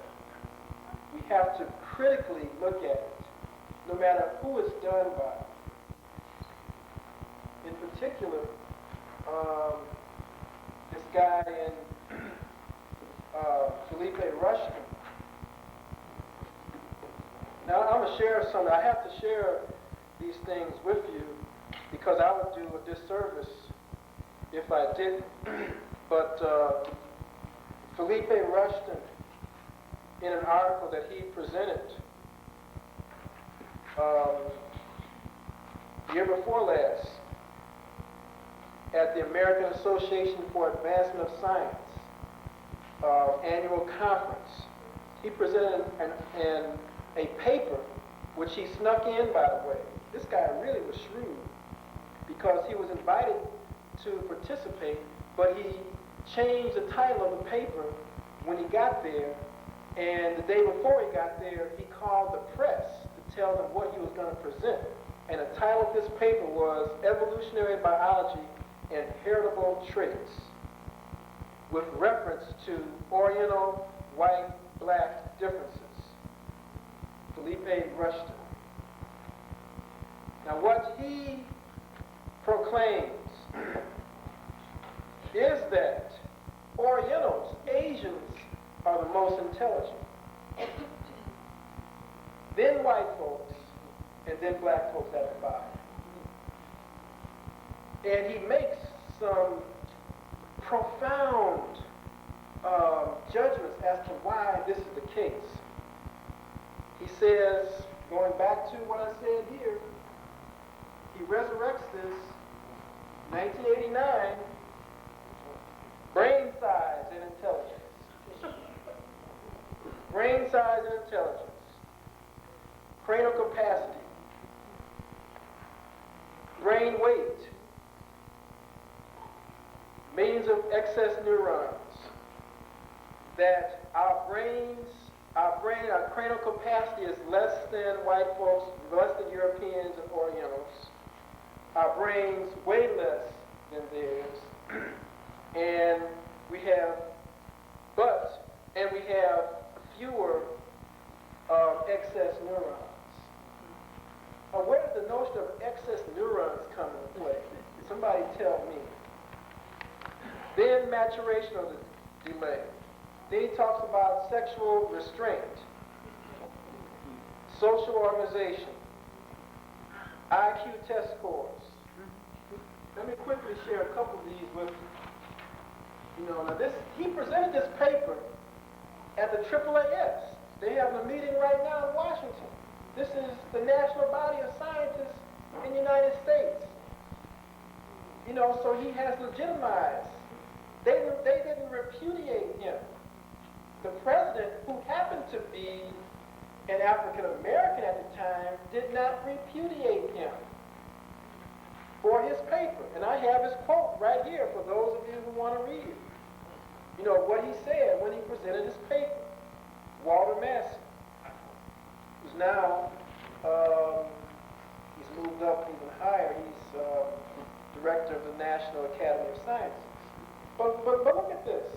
IQ test scores, cranial capacity, brain weight at autopsy, millions of excess neurons, when brain weight declines, educational achievement. Orientals are high. He calls them You know, that's why they had it in the first category.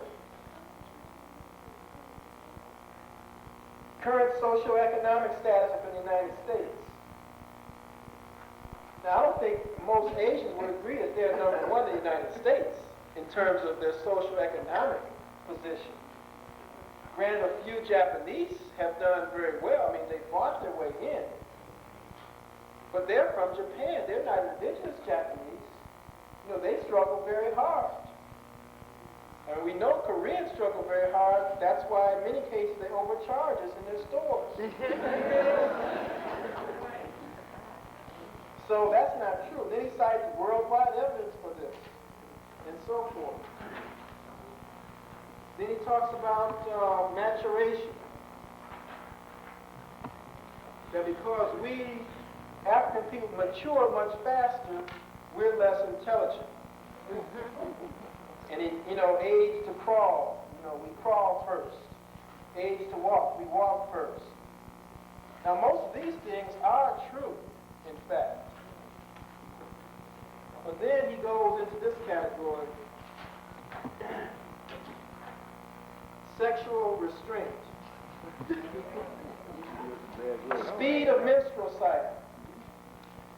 Age of first sexual intercourse. Black folks score number one in all these categories. Frequency of sexual fantasies. Frequency of marital intercourse. Number of extramarital partners. Primary sexual characteristics. Size of penis, testes, and balls. Who told him?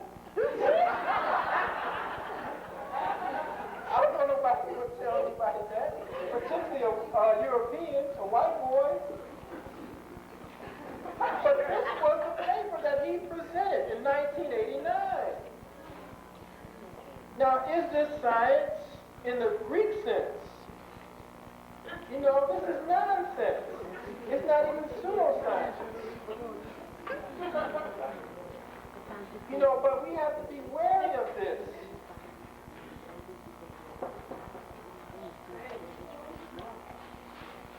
He goes on and on in some other categories too. Now,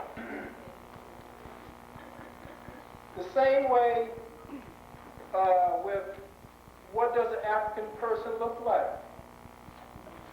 A true African or Negroid has to have, these are the characteristics, big lips, big head, big butt, curly hair. Now we know that that's false. We know that that's false. That our physiology is the physiology of every person on the planet before the various changes that occurred after the Ice Age, where people became hypopigmentized and had changes in diet and certain kinds of physical features became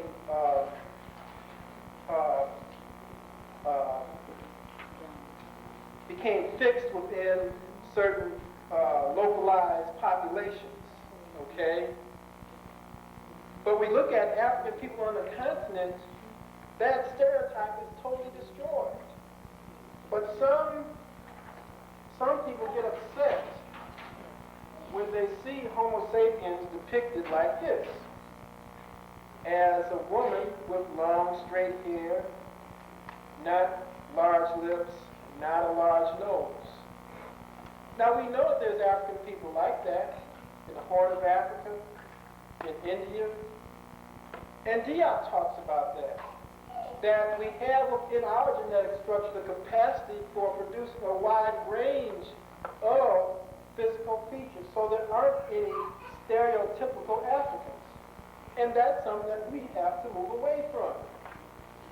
We can't keep pointing out to the stereotypical African features in Kemet, for example, to the deficit of others, because they were all Africans except for the invasions, and by the time you get to the Greek invasion, but they were African people. So we can't keep using that argument based on the classification system that came out of oppression. Because the whole notion of Caucasoid, Mongoloid, and Negroid came out of a system of oppression. education based on oppression. So we can't keep speaking to that. We can't keep giving that system life. We have to destroy those categories. We have to create our own categories. Because we won't be able to transcend our differences internally as a people if we keep on doing the same thing. So we have to move away from the myths of melanin. How do we do that? The first thing is we have to know more about ourselves, in particular about how our brains work. Not just these popular psychology notions. You know, left brain and right brain stuff, that your left brain functions more in a linear manner, deals with language, sequence, linear time, and so forth, and right brain deals with metaphors, dreams, spatial images, and so forth and so on. We have to move away from those popular psychological notions because they've been extended beyond what the original research on them spoke to. So we can't fall victim to a lot of the New Age people, a lot of all these books that teach you can do it yourself kind of thing, psychological self-help books that we find in a lot of bookstores now. We can't rely on those kinds of things because those works will continue to embed us deeper and deeper into an alien system of thought and being. So we have to move away from that. And it's a struggle, it's a challenge.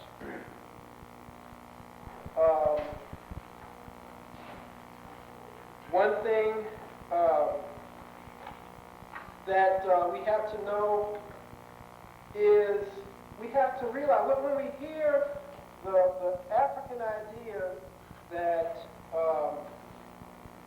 I exist because of you and because of you I exist, that there is that we are tied to each other, that our existence is set up upon relationships with each other.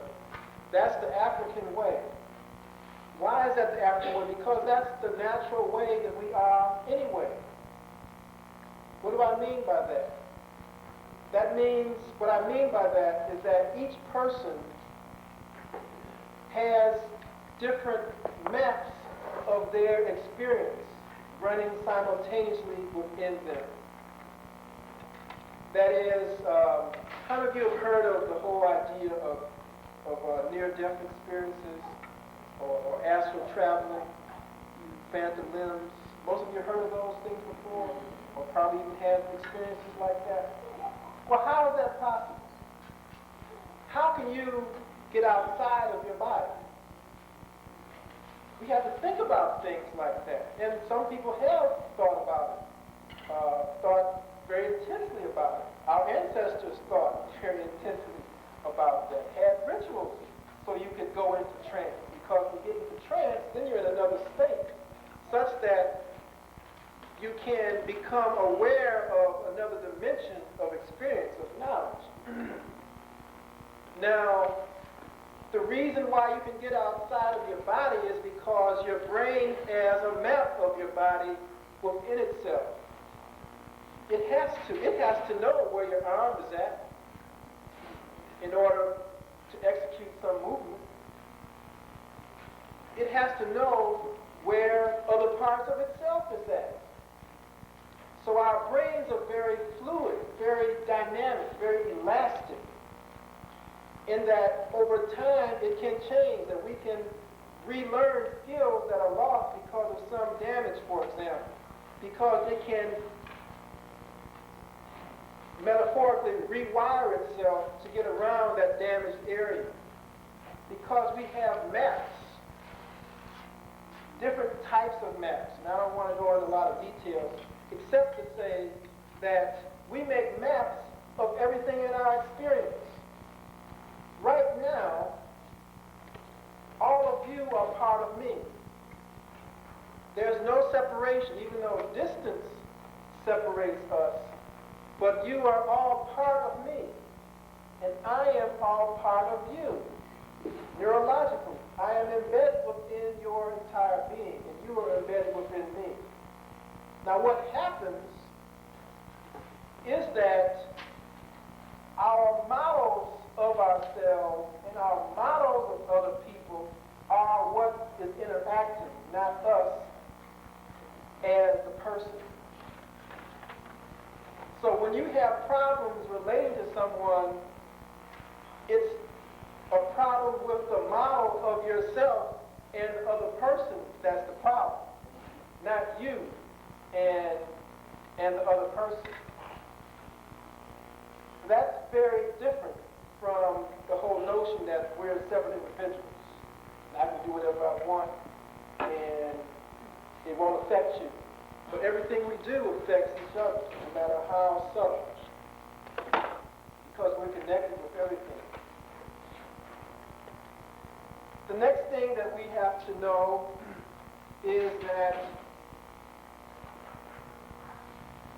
you can just about throw away your books on memory and things like that. You know, just about throw them away because memory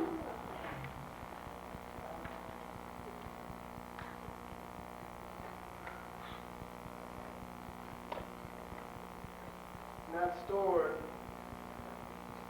in the brain.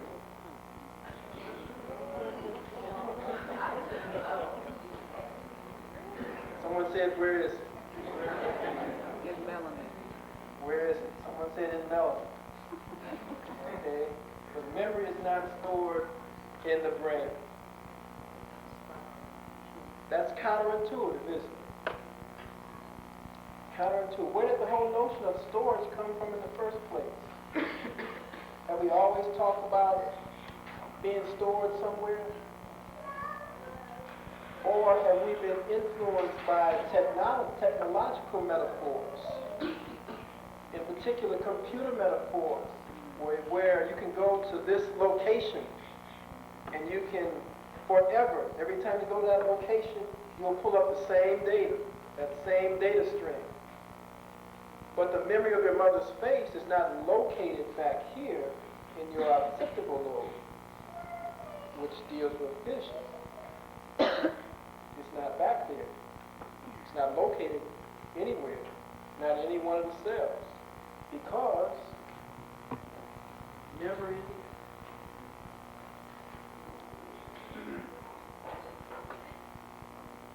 is not physical.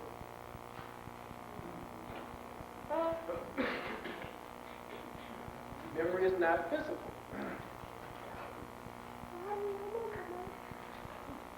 It's not a substance. That we can't reduce our entire experience down to anything physical. Not down to a molecule, not down to DNA. Why not? Why not, Hunter? Because there's something known as molecular turnover. That the DNA that you have today is not exactly the same DNA that you had 5 years ago. Structurally, it's the same, but molecularly, it's different because it has disassembled and reassembled many times. The blood cells, you get new blood cells, complete set of red blood cells every roughly 127 days. You get a new stomach. See, we're constantly being reborn.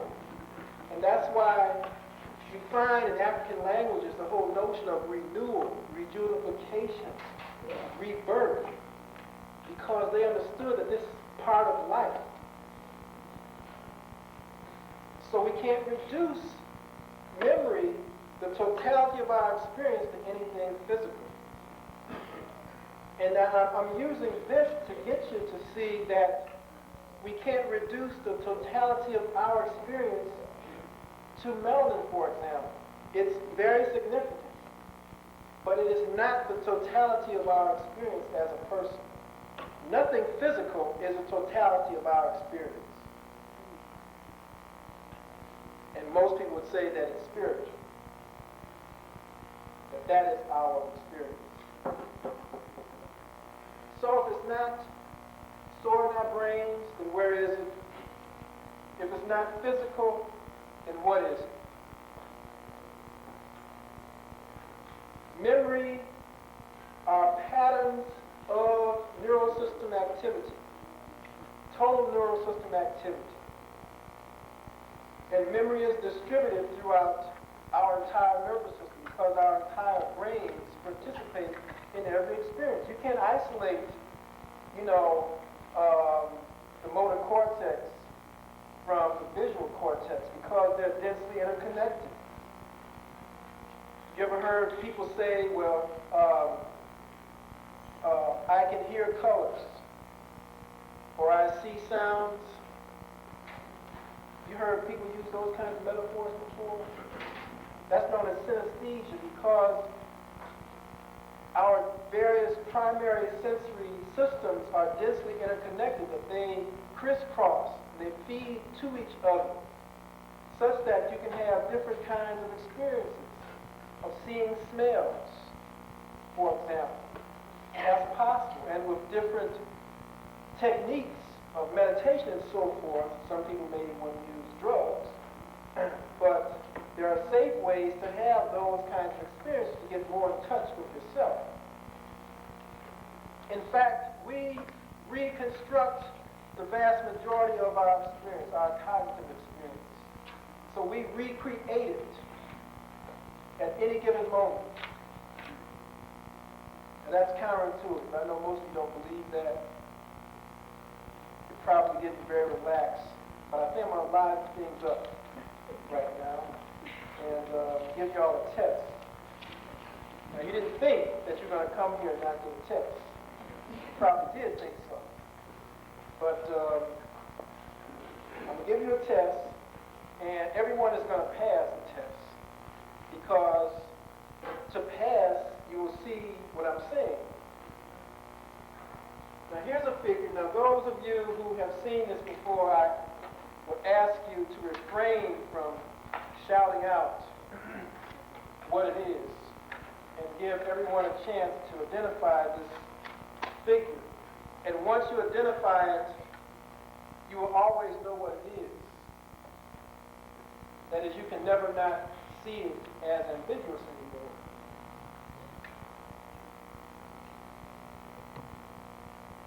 And this is